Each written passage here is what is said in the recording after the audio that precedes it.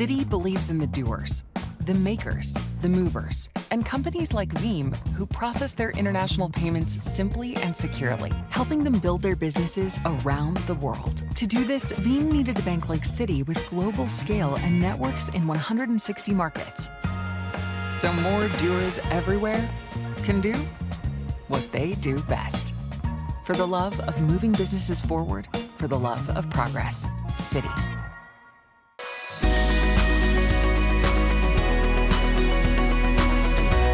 Hey everybody, welcome to the PaleyFest Fall TV Previews. I'm Jim Halterman, the West Coast Bureau Chief of TV Guide Magazine, and I'm so excited to be your host for this special conversation celebrating NBC's Quantum Leap.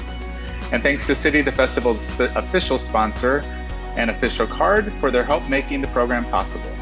Today, I'm thrilled to welcome members of the series' creative team. Joining us are Deborah Pratt, executive producer. Hi, Deborah. Hello. Chris Grismer. Nice to see you. Chris Grismer, executive producer and producing director. Hi, Chris. Hello. Thanks for having me. Yeah, of course. Mayling Cheng, the production designer. Hi, Mayling. Hi. Thank you. And last but not least, Genevieve Tyrrell, the costume designer. Hi, Genevieve. Thank you. Hi. Thank you for having me. Of course. I'm so excited to talk to all of you. I've been privy to be able to see a couple of the episodes of season 2, which are super spoilery, so we'll dance around certain things, but we'll have a really fun conversation. And I want to ask, really, these are probably the first questions probably for Deborah and Chris. What would you say you learned from doing season 1 that actually helped you craft season 2 and what we'll see as far as story and production, like those things? Because the first season's always kind of a learning experience, I think. Deborah, do you want to start with that? I guess it is really just the chemistry between the characters, to watch it build and form. I mean, we have an amazing cast. Ernie Raymond, Mason, Nanrissa, and Caitlin came together and really brought a whole great new energy to the series. I think that was my favorite thing, to see what worked in this new evolution of being placed in the present, which we couldn't do on the old series just because we didn't have the bucks, and see that stunning set for headquarters. Thank you, Mayling. It really just brought that into reality. We got to go to the future and the present a little bit in the old series, but nothing like what has been created in this show. Yeah. Chris, what would you say to that? Your season 1 experience that helped you with season 2? Well, I think that we ironed out a lot of the what does our show look like? What does it look like when we're in the accelerator? What does it look like when, like, we figured out all the little bugs through a series of experiments and budgetary constraints and everything else. And I think that we didn't have to think about all that stuff moving into season 2. And the leaps themselves, I feel like we've sort of tied up all the loose ends of the big mystery from season 1, and now we can spend more time in the emotion and we can explore the leaps a little bit more, which has been really exciting to watch. And I know it's such a blessing that we have episodes to watch this fall, because a lot of shows aren't able to be in production right now. But you guys didn't take a break, did you, between seasons 1 and 2? You just kind of kept going? We had one day off. One day, it's true. I'm glad you had one day. Mayling, talk about any challenges you might have had in that, because I know sometimes for a second season, you might want to play around with the set and the production design. Did you have time to really do any of that for season 2? No, not yet, because I'm just getting my feet wet. And my job is helping effectively communicate what each episode. Right now, we're trying to balance out with our schedule and the budget, make sure we achieve what we need. I'm learning like the rest of us. Each episode is a surprise, but it's a challenge. I love it. My crew just love it. I have the wonderful teams. Thank you. Well, and the set's always beautiful, especially the fact that, except for headquarters, you have new sets you have to build, like, and sometimes very elaborate sets, because Ben's always jumping different time periods and places. we sort of control already. It's really, when we jump, it's locations, a lot of locations. But we have to mathematically figure out how much to spend, where to put it. And since I have Chris, I'm knocking his door every day. I call her every day.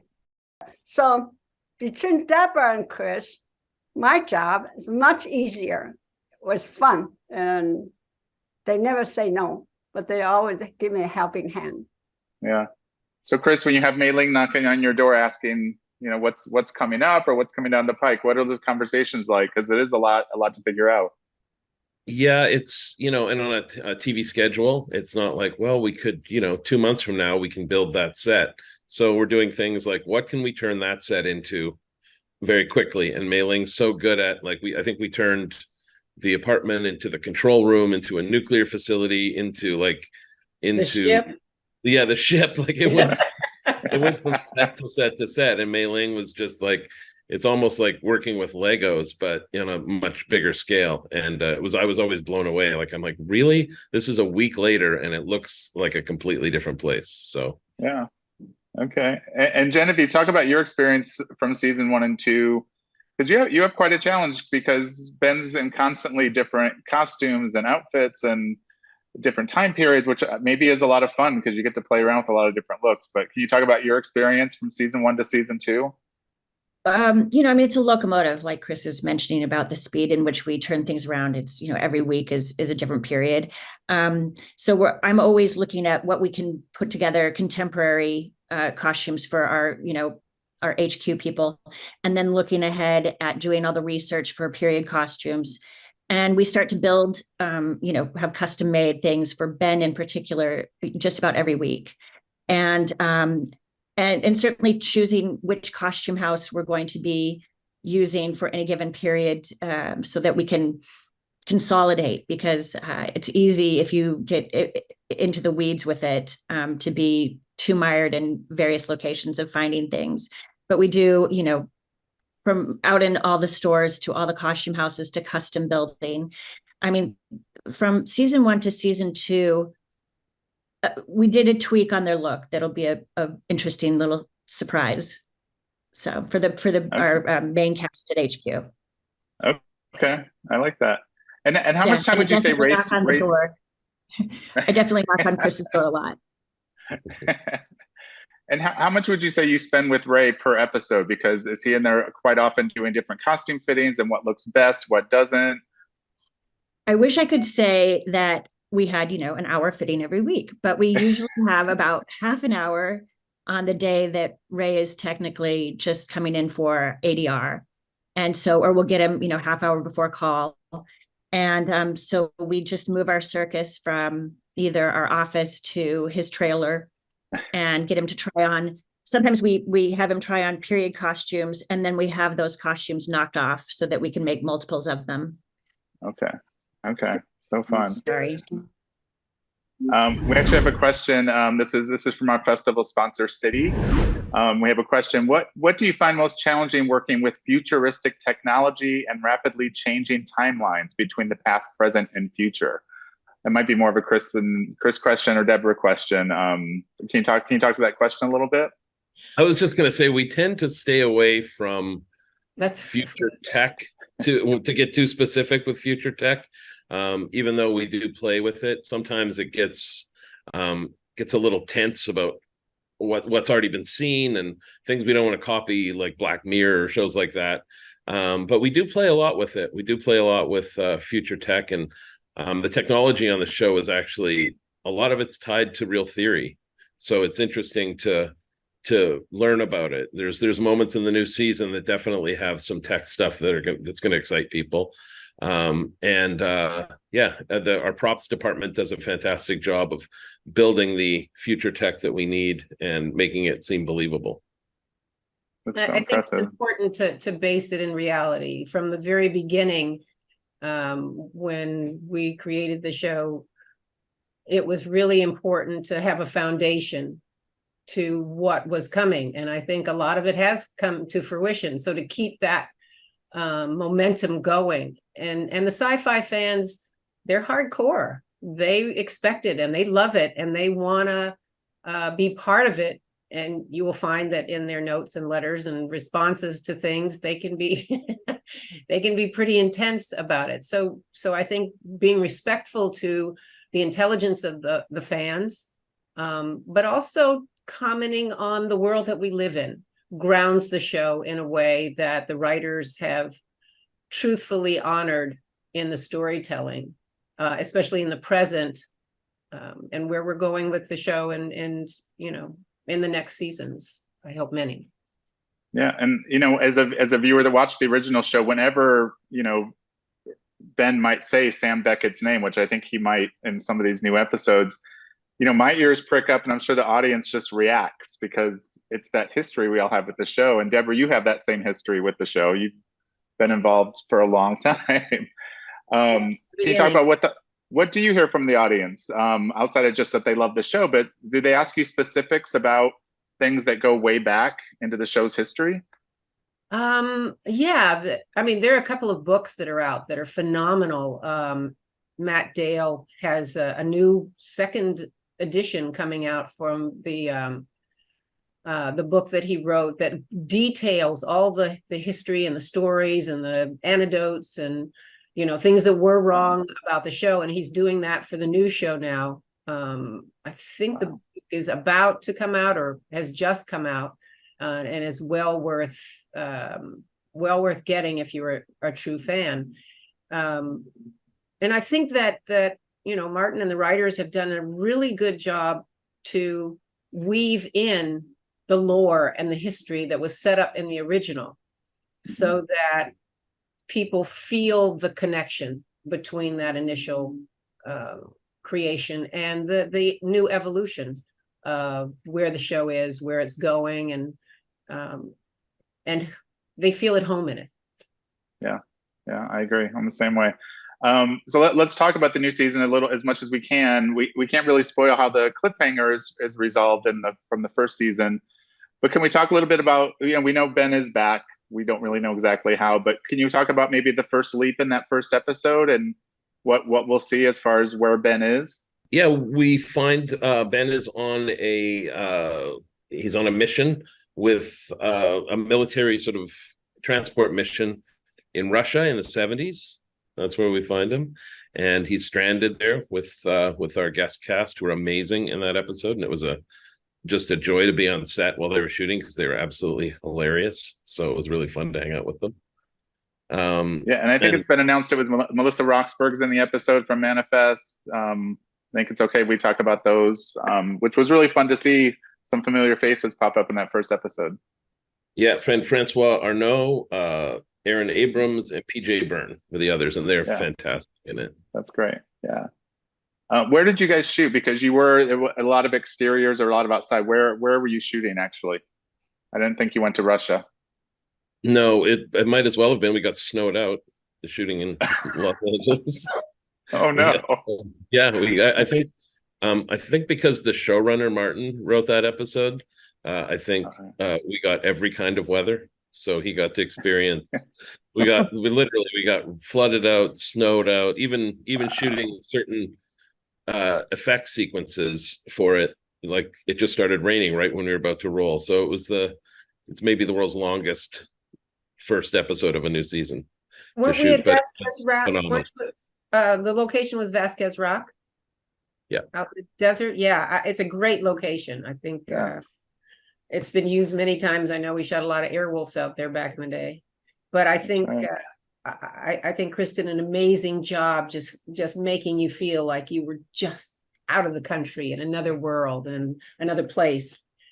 So kudos to you, Chris. Well, it wasn't me. It was sorry, who directed that one? My brain is. It was 201 director. Well, anyway, I produced it, but I did not direct. Yeah, you were there. Amazing actor director. Yeah, I love it. Mayling, I want to ask you a little bit about any favorite moments or episodes in season 1 that you particularly just have an affection for because of maybe what you were able to do in that episode. Do you have anything come to mind? Beginning episodes is we need a headquarters, so that took the longest design. All our efforts in it. But once that's built, then we're starting depend on locations because we really go out of stage, and each location require different period, different locations.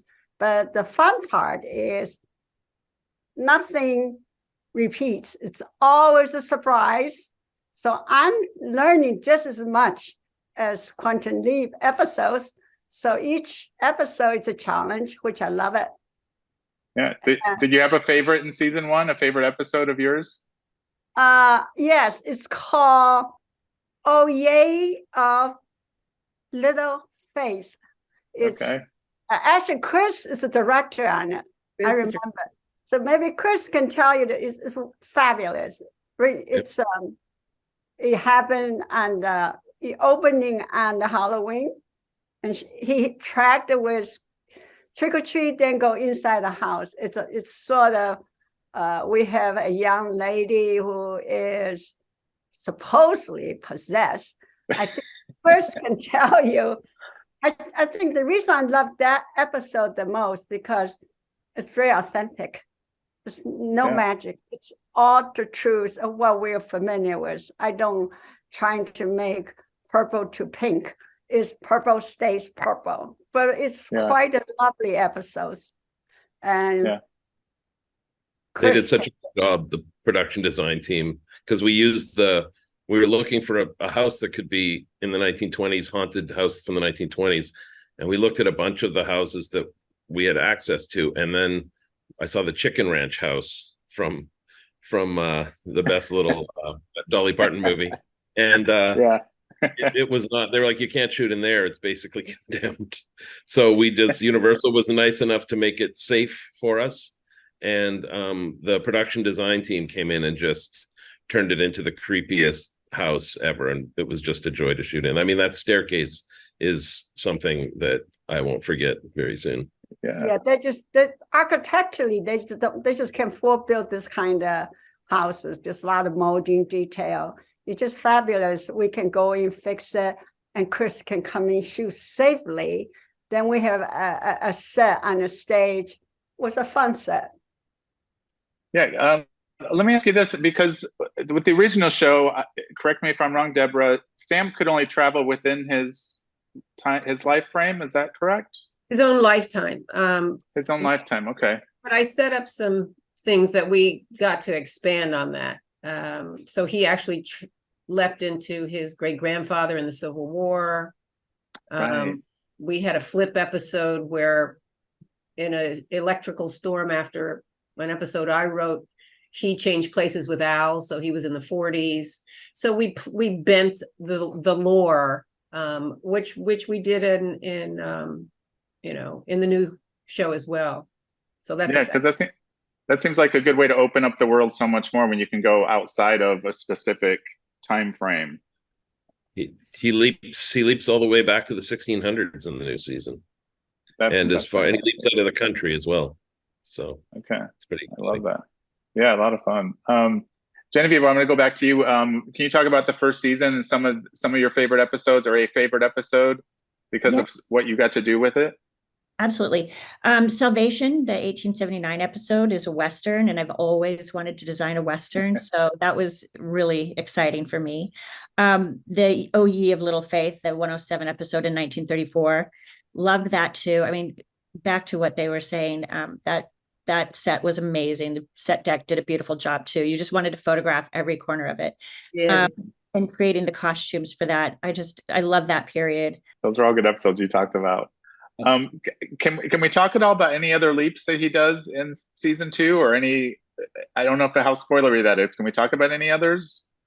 I've got the list of things I can't say. I know that we can say, he leaps to Egypt. I can't say what happens there, but we actually shot in Egypt, which was really fun. So that's a special episode.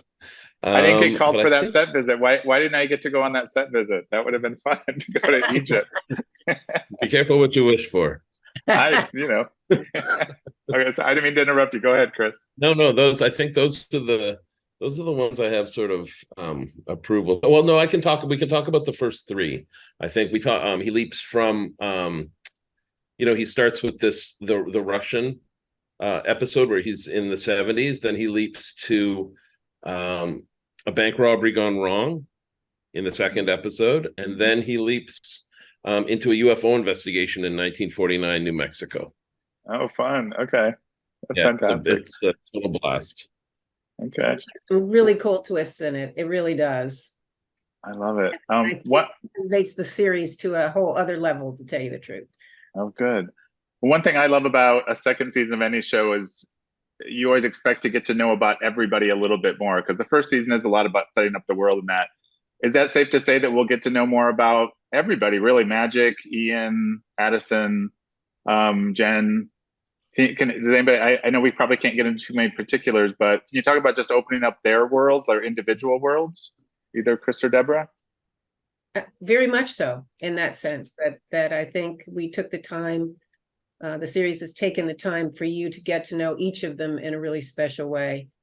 Their participation in what unfolds and why it unfolds and what the next mystery is really involves, I think, very well woven by Dean and Martin and the entire writing staff. It unfolds where the show is going and where it can go. Okay. And I think to expand on that, I think we're allowed to say that those characters get to have their chance in the imaging chamber this season as well, which adds a whole other level, because they don't really interact with Ben very often, except through the hologram. So this is an interesting twist that we get to see them, and they all have different abilities and different stakes. So it's interesting to see them interact with him in a whole new way. Yeah, I personally love that. You did a little bit of that towards the end of season 1, where you got to see some different people interact with Ben, and it was really cool. Yeah. So I'm glad you expand on that as well. Also, I know we can talk about some new faces that we see. So a couple new people will be popping up. Chris, can you talk to who we're going to see? We have Peter Gadio is joining the cast, as well as Eliza Taylor. Yes, Eliza Taylor. Both are amazing additions to the show and really, really bring their characters to life. And I'm guessing we can't really say who they're playing at this point, right? We can. Okay. No. I gotta try so the fans don't send me, hate mail. Like, you didn't even ask. I'll ask, but I'm fine getting shut down. I also want to know, Mayling, for the production design, tell me, when does your job actually kick in? Are you waiting for the script to come in, or are you talking to producers even before a script is done, so you kind of know what you're going to be asked to do?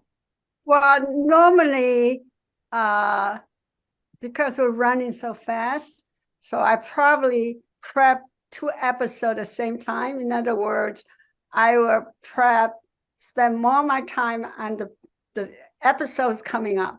That's the one I spend. Once I lay that out, then I move on to next episode, because our show, what makes our show different, because it's complicated, but it's so much fun. So therefore, you balance it out.